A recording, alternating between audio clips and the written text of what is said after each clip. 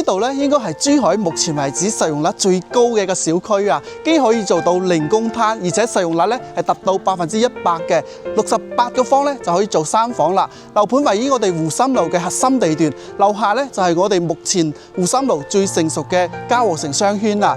生活咧係非常之便利嘅，而且我哋呢個小區係發展商斥資咗5個億去打造嘅。我身後嘅呢啲百年古樹咧，都係我哋發展商用咗好大嘅代價咧，先移載過嚟嘅。咁靚嘅小區，咁高嘅品質，我哋依家即刻上去睇下。68個方啊，既可以做到3房不單止啊，而且俾到你咁高嘅交付標準啦。首先我哋入嚟咧有個裝甲門同埋4合1嘅指紋密碼鎖，呢度單呢度嘅成本啊都要3萬蚊啊。我哋入門呢個鞋櫃位咧係做到3米嘅，呢個都係交付標準。右手邊係我哋嘅廚房位，廚房嘅3件套咧都係老闆品牌嘅。再睇下我哋嘅客廳啦。我哋成個客廳咧係鋁板覆蓋嘅，咁喺珠海咧非常之有必要嘅，可以做到防潮啦同埋防霉嘅。而且我哋全屋咧都係一個中央空調嘅交付嘅。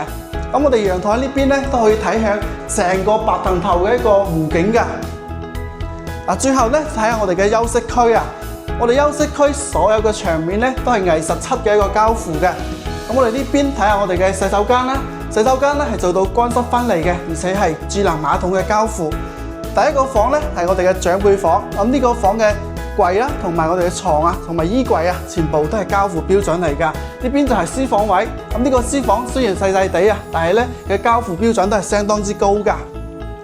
最後咧睇下我哋嘅主人房啊，68個方既亦俾到你咁大嘅主人房，可以擺低呢張2米嘅大床啊，而且我哋嘅櫃啊、燈啊呢啲全部都係交樓標準，而且我哋房間咧都係可以睇到成個湖景㗎。